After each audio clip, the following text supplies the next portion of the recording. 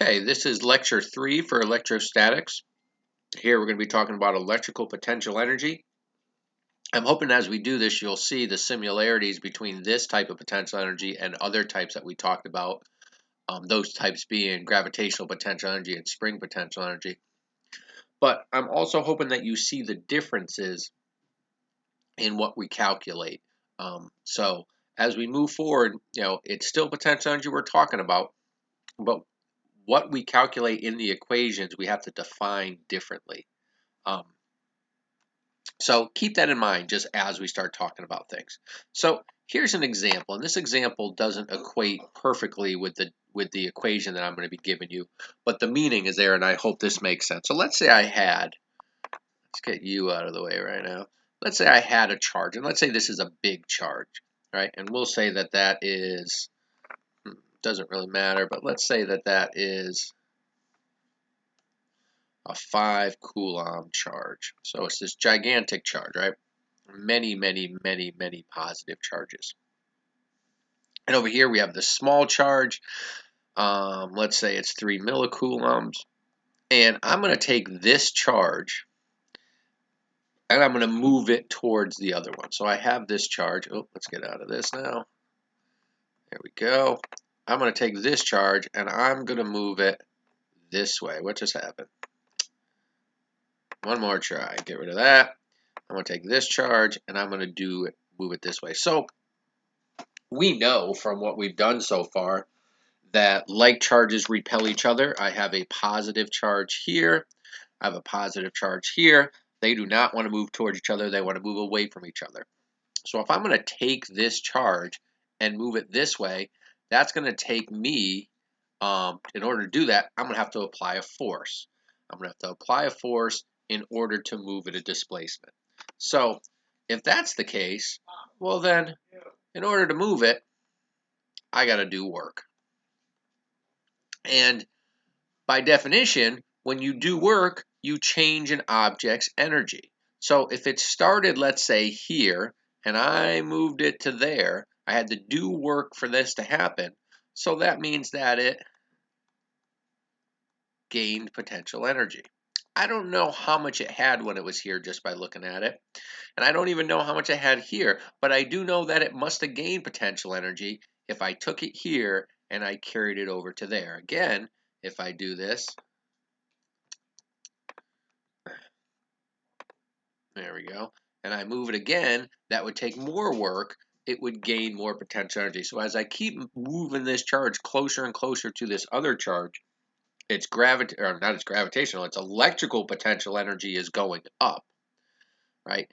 And that's all I can really say at this point, right? Well, I can say two things. One, it took work to make that happen, and once it did happen, well then its electrical potential, I'm going to keep saying it wrong now, right?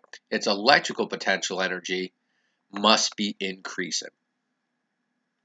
I could say it a slightly different way. If the charge started here, and let's say that I had a screen right here, and I had this positive charge, and I was holding it there, I wasn't letting it move, and then all of a sudden I let it go. Well, this would get pushed to the right, which means there'd be a force to the right, which means it would accelerate to the right, which means it would speed up as it's moving to the right, and it would reach a certain top speed by the time it hit this screen. If I did this whole process again, but the next time I release it, it's here, and I do the same thing, and I let it go. There we go. I let it go. Well, now it leaves from this place, right? It's going to be moving for longer. It's going to be accelerating for longer. And there'll be greater forces in the beginning, so greater accelerations. All of this points to the fact that when it hits this screen, it now would be going faster. So from where I release it from, it must have more potential energy, because by the time it strikes the screen, it'll have more kinetic energy. At this point, it would have more kinetic energy when it hit the screen than if I release it from here. It must have less potential energy at this point, because when it hits, it's going slower, therefore it had less kinetic energy. So this idea of potential energy and kinetic energy all still holds true. And as we move a positive charge closer to another positive charge, it takes more work, and therefore there's more electrical potential energy the closer we get. So with that said, let's bring the equation. And I don't want to confuse people. My example works fine, but it doesn't perfectly fit the equation. So how do we determine how much potential energy there is? Now, when I give the definition, we have to say more about it still. But the potential energy is equal to K, Q1, Q2, divided by R being the distance between them. So that gives us the equation, and that gives us the equation for electrical potential energy, where U is the symbol for potential energy. But what does that mean? Well, if I look at this, if I have two positive charges, well, then this will be a positive number. If this is, so go back to this example. If I knew the distance between these two charges, say, okay, this is, I don't know, 10 centimeters, and this is my 3 millicoulomb charge. I didn't really change it, right? Then I can calculate this, and that would give me a positive value, and that would give me a measurement of potential energy. Now, it's a little more complicated with that, but let's look at it a little more. What if this was a negative charge? This was negative 3 millicoulombs. Well, when I multiply this together, I'd get a negative value for energy, which doesn't make sense because energy is a scalar. There's no such thing as negatives. So we can't not have energy, and we can't have negative amounts of energy, but this equation will give me a negative amount. So there's a little more to this equation than just calculating the potential energy that it has. So this is the equation we're going to use, but we have to fully understand what it's telling us. The potential energy equation calculates the change in potential. Let me say that again. The potential energy equation calculates the change in potential energy if a charge was moved to that location from infinitely far away. This is a very weird concept for some people, but we're going to see the uses of it in a little bit. So this equation doesn't really calculate potential energy. If I get rid of this, it really calculates the change in potential energy when moved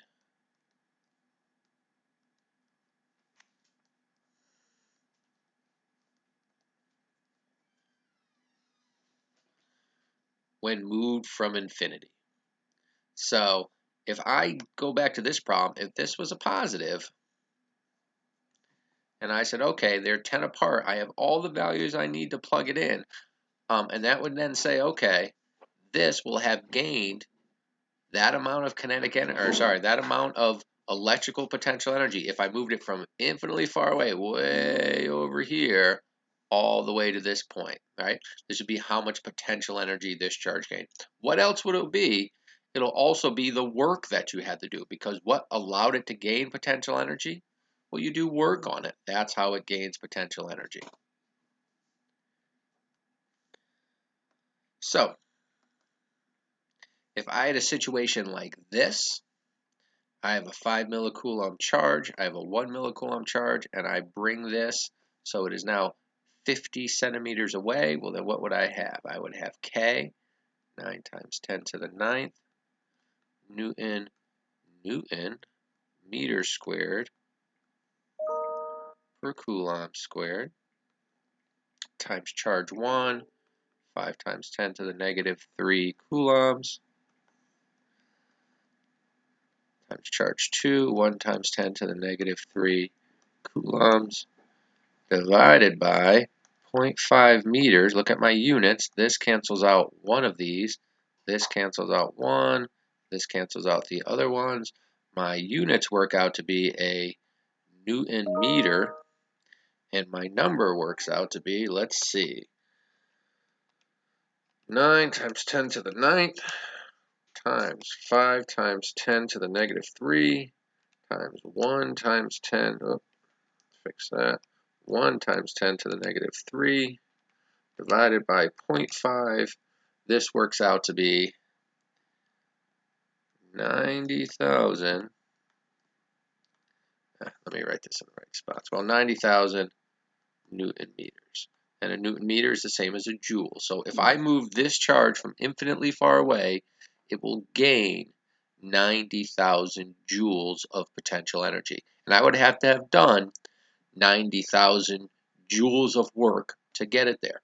Or, infinitely far away, it must have had 90,000 joules of kinetic energy, so when it got to this point and came to a stop, that's now how much potential energy it has. Let me say it again, make sure I said it right. It must have had 90,000 joules of kinetic energy, so that when it came to this point, it would be slowing down, slowing down, slowing down, slowing down, stops, all that kinetic energy turns to potential energy, and if that's how much potential energy we have, it must have had that much kinetic energy when it was infinitely far away. All right, if I look at the next one, same type of thing, right? Except the only difference is instead of a 5, it's going to be -7, right? So it's going to be 9 times 10 to the 9th Newton meters squared per coulomb squared. -7 times 10 to the -3 coulombs. 1 times 10 to the -3 coulombs divided by 0.65 meters. Again, coulombs all cancel out. One of the meters cancels out. I'm left with Newton meters or joule. And now when I do this one, 9 times 10 to the 9th times -7 times 10 to the -3 times 1 times 10 to the -3 divided by 0.65, I get -96923 joules. Now, it's a negative value. That doesn't mean it has negative energy. That means it must have lost 96,923 joules of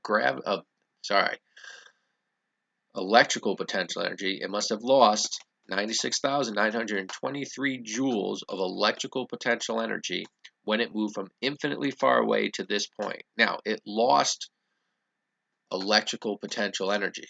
So what did it gain? Well, it must have gained 96,923 joules of kinetic energy, because as it gets closer, it's getting pulled harder and harder and harder, so the acceleration goes up, which means the speed goes up. So if I knew masses of this, I could figure out how fast it's going. So this would be an example where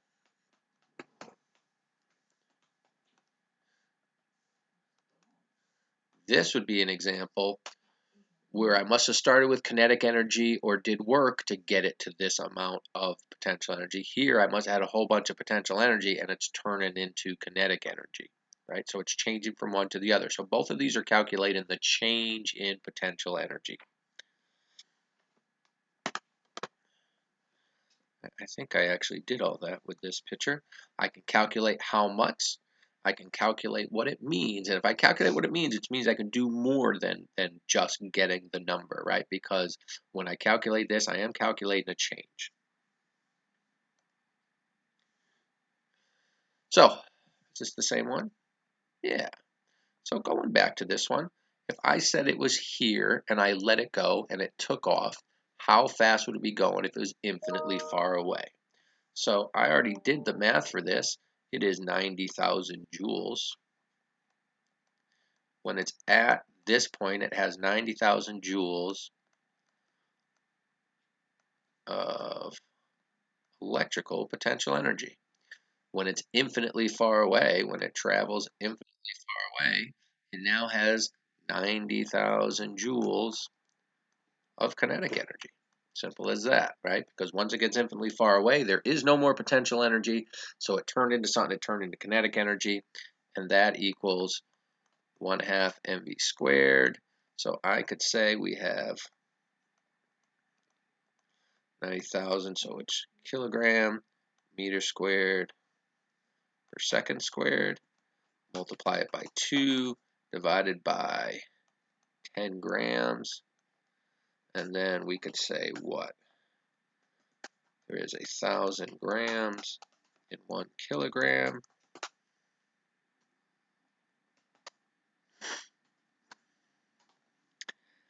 And then I want to take the square root of it all, and that's going to equal V. So let's see, these cancel out, and I'm with meters squared per second squared, which would be meters per second. I can figure out how fast it's going.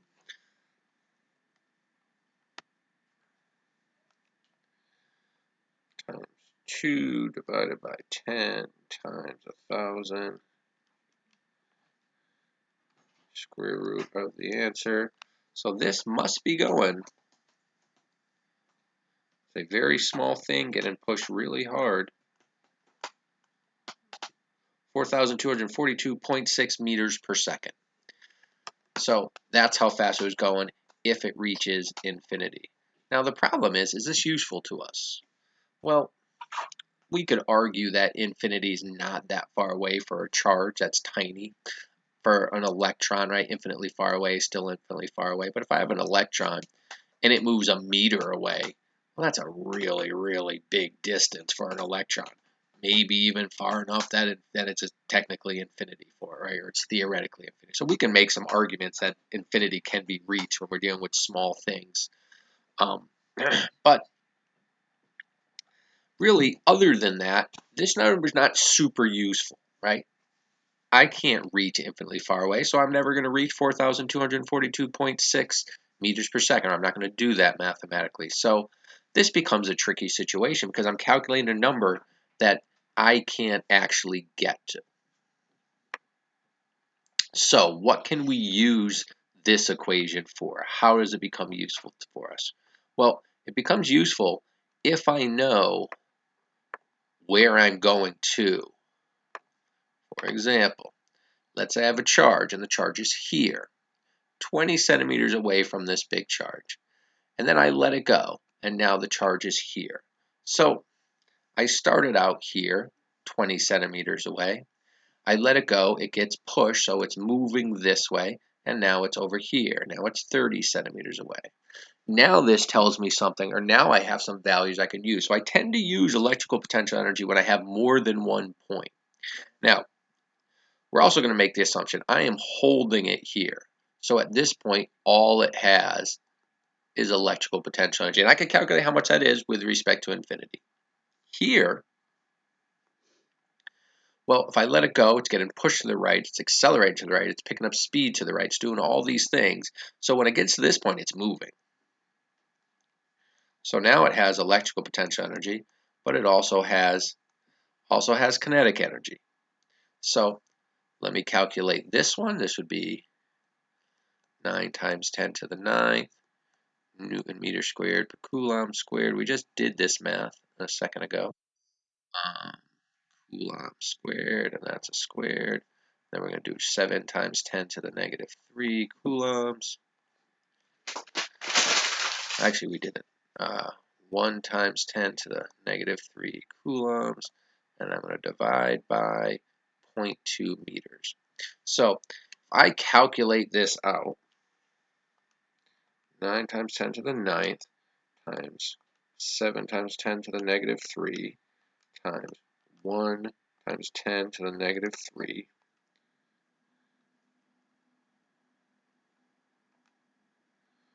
1 times 10 to the negative 3, there we go, divided by 0.2, there is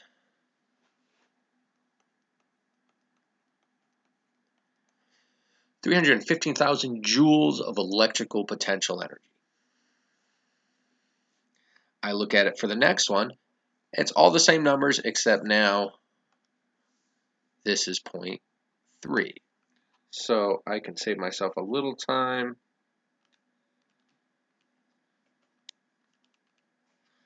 At this point, what do I have? I have 210,000 joules of potential energy at this next point. So what does that mean? Well, initially I had this amount with respect to infinity. Now I have this amount of potential energy with respect to infinity. And I know conservation of energy says it can't be created or destroyed, so I must still have the total amount. So how much kinetic energy did I gain? Well, 315,000 minus 210,000. I must now have that many joules of kinetic energy. If I knew the mass of this, I could figure out how fast it's going, right? If it was here and it was there and it was started at rest and it was at rest here, well, then it didn't turn into kinetic energy. It must have turned into something else. That must be how much work it did while it was moving backwards, right? So it's got to equal, right, the change in potential energy has to equal something else. It has to equal kinetic energy. It has to equal a work. Maybe it equals something else. Maybe it equals heat, right? If we're talking about a resistor. So there's other things it can turn into. And now that we have different places, we can keep calculating the electrical potential energy with respect to infinity. And the change in those values is potential energy gained through work or from kinetic energy, or energy lost through work or changing to kinetic energy. So when we have multiple locations, then this equation becomes much more useful and much more useful in the real world instead of just having theoretical numbers. We have these theoretical numbers that allow us to get useful numbers. All right, last thing to say, and again, there's a lot of things here that trip people up because we do electric forces and you have to understand all about forces, and then we do electrical potential energy and you have to understand about energy, right? Energy is a scalar. Energy does not have direction, right? And what does the equation tell us? One more time, it tells us the change in potential energy if it was moved from infinity.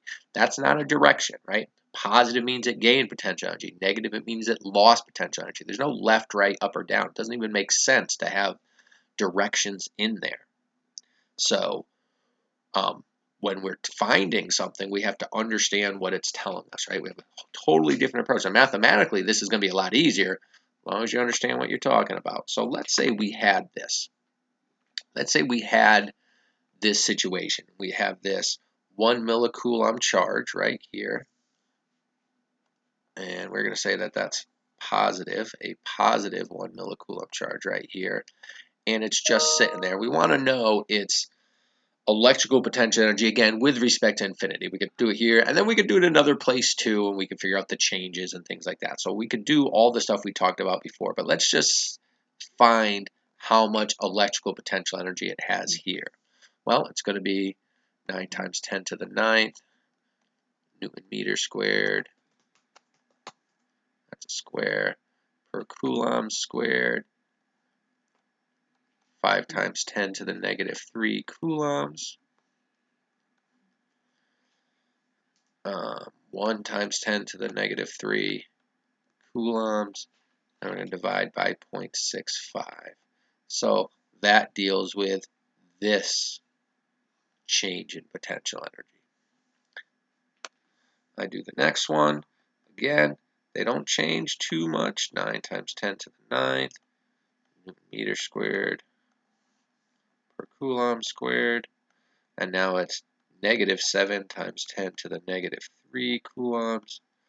1 times 10 to the negative 3 coulombs divided by 0.65. That one is also 0.65 meters away. So I have these two calculations. I'm going to pause this and get those so you don't have to keep listening to me type them. Let me get these and write them down. All right, so let's say these are the values that I get. When I calculate the first one, it works out to be 69,231 joules. So there would be a change, and it would gain 69,231 joules of potential energy. Second one works out to be right. And the second one, I am calculating the relationship between these. And they didn't have to have the same distance. I could have moved this charge way over here and have a different distance, right? So the only thing they have to have in common is this and this, right? So the distances could be different, and certainly the charges could be different, which means the answer is different. Now, if I just dealt between these two, then it would lose 96,923 joules. So what does that mean in the end? Well, if I move this 1 millicoulomb charge from infinitely far away, in one case, the charge I'd have to do work to get it there. In the other case, it would lose potential energy, therefore it would pick up speed. So in the end, what would be the change in electrical potential energy? Well, I have to combine those to get a total change. But again, I'm not worried about up, down, left, and right. That has nothing to do with it. So I would simply take the 96,923, keeping it negative, and combining it with the other one, 96923 minus 69231. Oh, I did get the right answer. I just didn't believe myself. All right. So 27692 in the end, my total answer would just be the sum of those, which means that if I move the charge from infinitely far away, the whole effect would be that it would lose 27,692 joules of potential energy. Again, I'd have to understand more about the situation, but most cases it would probably turn into kinetic energy if I did nothing else. So we need to understand that energy is a scalar. When I calculate energies with respect to different charges, all I do is add them together because it's scalars. We need to understand that when we calculate using the equation, I'm always calculating a change in potential energy with respect to infinitely far away. If I have multiple points, I can really understand what's going on, right? I need to understand the question to understand what it's changing into.